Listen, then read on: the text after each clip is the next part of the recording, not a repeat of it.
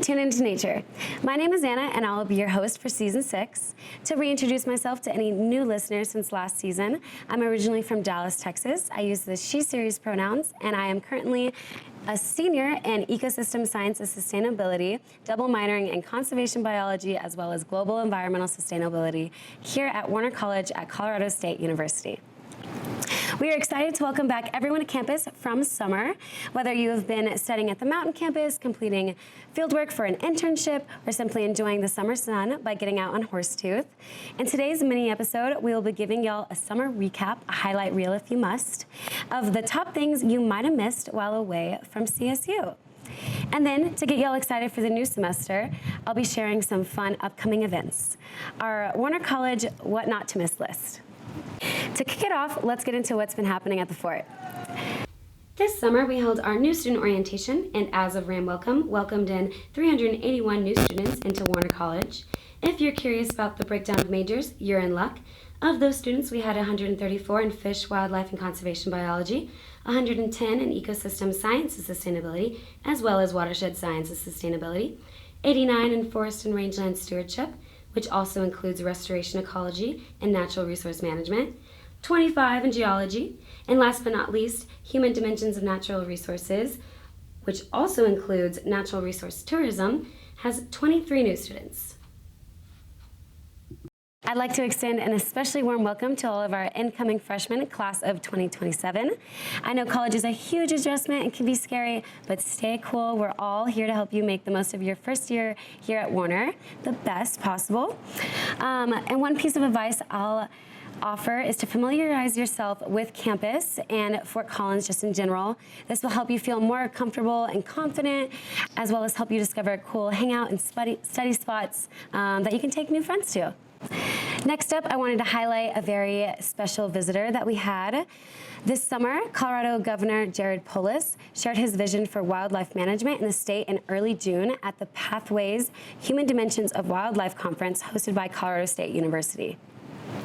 The Pathways Conference, attended by 400 researchers, educators, and practitioners, promotes sustainable human-wildlife coexistence. And as in the past decades, opinions of human-wildlife coexistence have shifted to a more harmonious perspective. According to author Jamie DeLoss, Polis said Colorado is becoming the epicenter for meaningful research about how people and animals can better coexist. He noted that his administration has taken a thoughtful, data-driven approach to protecting wildlife to the benefit of both people and animals. Wildlife crossings have decreased vehicle-wildlife collisions, and protective measures have reduced conflict between people and bears. Next up, I also wanted to highlight some of the amazing work my classmates have been doing during their summer internships. Our very own Warner career educator, Sam Palmer, alongside Patrick Smith, conducted field visits this summer, shadowing students as they learned valuable natural resource skills. Here's what some of our students have been up to. The Colorado Natural Heritage Program hosted 12 Seagley interns this summer. Interns participated in field projects in botany, restoration, fish studies, plant identification, and ecological land surveys. We had one student intern for the Denver Museum of Nature and Science, where they cleaned, prepped, and put together dinosaur fossils. And fun fact, the second most common fossil to find is poop. I won't disclose how I know that information. Next up, the Colorado State Forest Service had interns all over the state of Colorado implementing wildfire risk reduction and mitigation, forest management assistance, forest inventory and analysis, and public lands management. My friend and fellow ambassador Shelby was up at Red Feather working with the Forest Service and had such an amazing time up there. She was implementing wildfire risk reduction and used a chainsaw called Steely Dan. Speaking of trees, congratulations to our wonderful new department head of Forest and Rangeland Stewardship, Eric Toman. Dr. Toman is coming from Ohio State University, where he served as professor and interim director in the School of Environment and Natural Resources. Among other attributes, Eric has an active outreach program focused on wildland fire management, has served as director of the Lake State Fire Science Consortium, and has considerable experience in teaching and mentoring. Dr. Elizabeth Toman is also joining as a faculty member in the Department of Ecosystem Science and Sustainability. Elizabeth's background is in forest hydrology, and she has also developed a course in sustainability metrics. Congratulations to our 2 new Warner Rams. To finish up what you've missed, I'm actually going to talk about something that you still have the chance to see if you're feeling adventurous, as it's been taking place all summer, but Colorado is in the tail end of a super bloom. According to Assistant Professor of Horticulture Jennifer Buslow, the peak for the high country, where you'll likely see the biggest bloom, will be mid to late July. However, you might get lucky if you go late August. The types of flowers you'll most likely see include columbines, a lot of yellow daisies, blanket flowers and mule's ears, paintbrushes, and monument plants. So a lot's been happening, but don't worry. With the fall semester starting, there's even more to look forward to happening here at Warner College, CSU, and Fort Collins at large.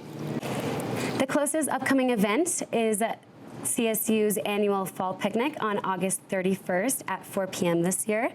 The fall address and picnic historically features remarks from the university president, as well as a performance by CSU's marching band out on the Oval.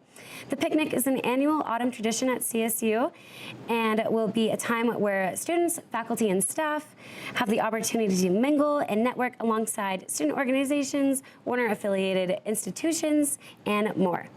And this year, it will be the 26th anniversary.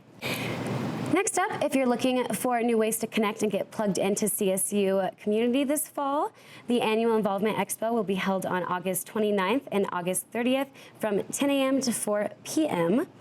Hosted by Slice, this event connects registered student organizations, university departments, and community agencies / nonprofit organizations that offer volunteer opportunities with students through various involvement and community engagement opportunities while discovering resources and services.